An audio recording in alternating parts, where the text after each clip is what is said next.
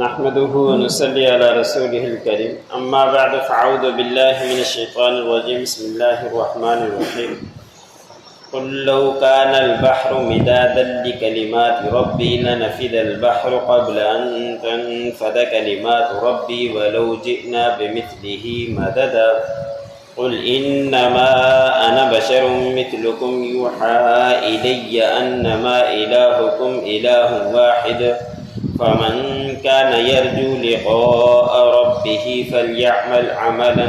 صالحا ولا يشرك بعبادة ربه أحدا۔ سورۃ الکہف کا درس چل رہا ہے۔ اسی سورت کی آج آیت نمبر 109 اور 110 تلاوت کی گئی اور سورۃ کہف کا درس آج مکمل ہوگا۔ اس پہلی آیت کے اندر اللہ رب العزت نے فرمایا کہ نبی کہہ دیجئے کہ اگر ایک سمندر سیاہی کا ہو اور اللہ رب العزت کی تعریف لکھنا چاہیں، ان کے کلمات لکھنا چاہیں، ان کے علم حکمت کی باتیں لکھنا چاہیں تو یہ تمام سمندر کی سیاہی ختم ہو جائے گی، لیکن میرے پروردگار کی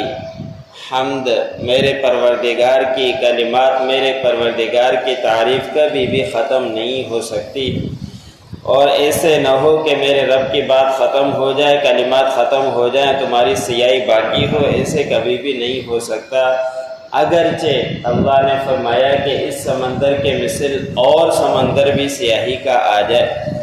سورۃ لقمان کے اندر ہے کہ یہ ایک سمندر ہے، ایک کی جگہ دو، دو کی جگہ تین، تین سے لے کر 7 تک سمندر ایسے سیاہی کے بن جائیں اور پوری دنیا کے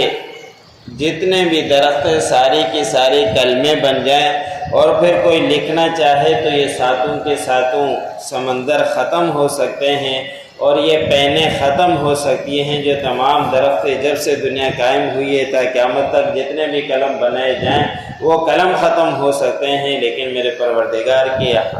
کلمات اور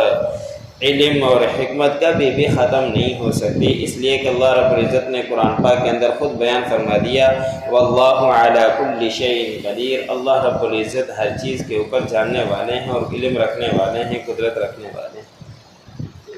اگلی آیت کے اندر اللہ رب العزت نے فرمایا کہ نبی کہہ دیجئے کہ بے شک میں ایک انسان ہوں تمہاری ہی مثل، بس میرے طرف وحی کی جاتی ہے اللہ رب العزت کی طرف سے۔ جتنے بھی اللہ رب العزت نے دنیا کے اندر انبیاء اکرام بھیجے سارے کے سارے انسان ہی تھے، بشر ہی تھے، بس ان کے اندر اور ہمارے اندر یہ فرق ہے کہ اللہ رب العزت نے ان کو نبوت کے لیے چن لیا تھا، ان کی طرف اللہ رب العزت کی طرف سے وحی آیا کرتی تھی تو وہ مقرب بندے ہو جایا کرتے تھے۔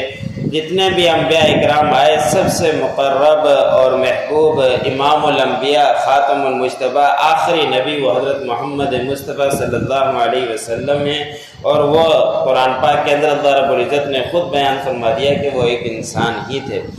اما عائشہ صدیقہ رضی اللہ تعالی عنہا سے کسی نے سوال کیا کہ ہم نے آپ صلی اللہ علیہ وسلم کی باہر کی کیفیت تو دیکھی ہوئی ہے، مسجد کے اندر، میدان جنگ کے اندر اور معاملات بھی ہم نے باہر تو دیکھے ہیں، ہمیں گھر کی کیفیت تو آپ بتلائیں کہ گھر کے اندر کیسے رہتے ہیں۔ تو اما عائشہ صدیقہ رضی اللہ تعالی عنہا فرماتی ہیں کہ گھر کے اندر آتے ہیں تو اگر کبھی گھر کے اندر صفائی کی ضرورت پڑ جائے تو صفائی بھی کر لیا کرتے ہیں، اگر بکری سے دودھ نکالنا پڑ جائے تو بکری سے دودھ بھی نکال دیتے ہیں، اگر کبھی کپڑوں کے اندر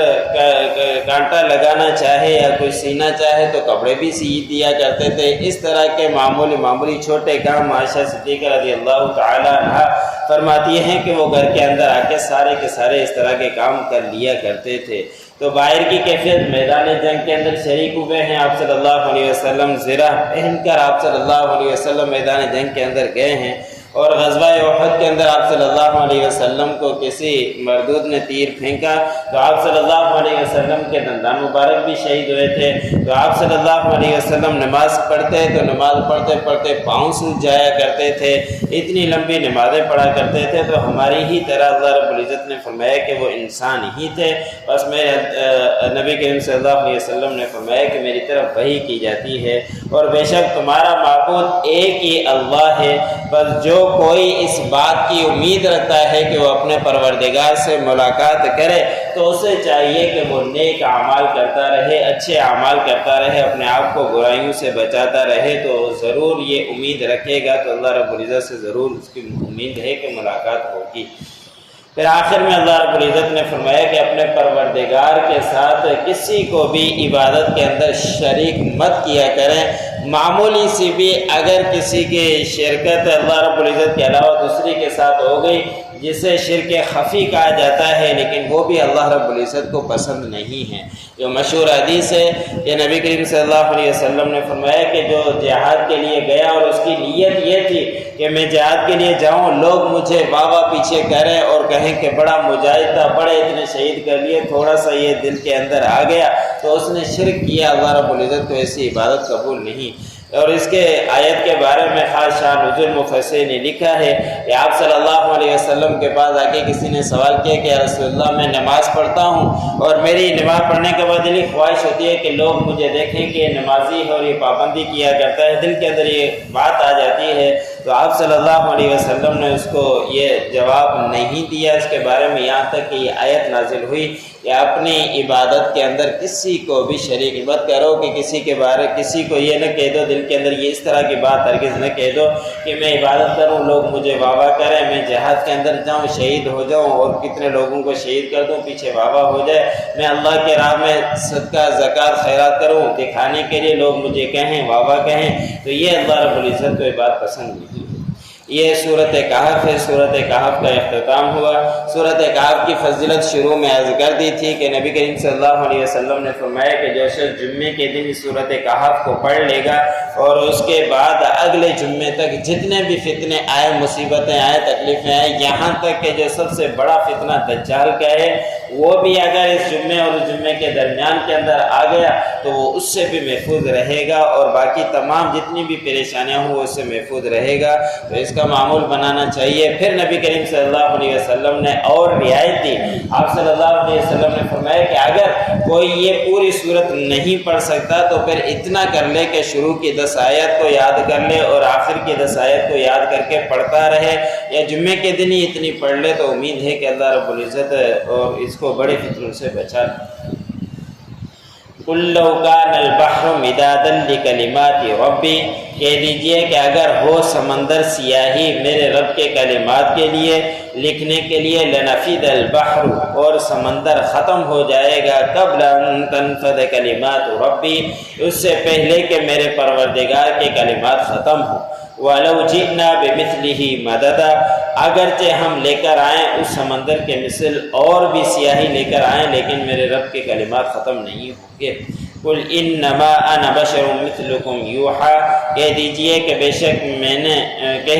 بے شک میں ایک انسان ہوں، بشر ہوں، تمہاری ہی مثل، یوحیٰ الیہ، وحی کی جاتی ہے میری طرف، انما الہکم الہ واحد،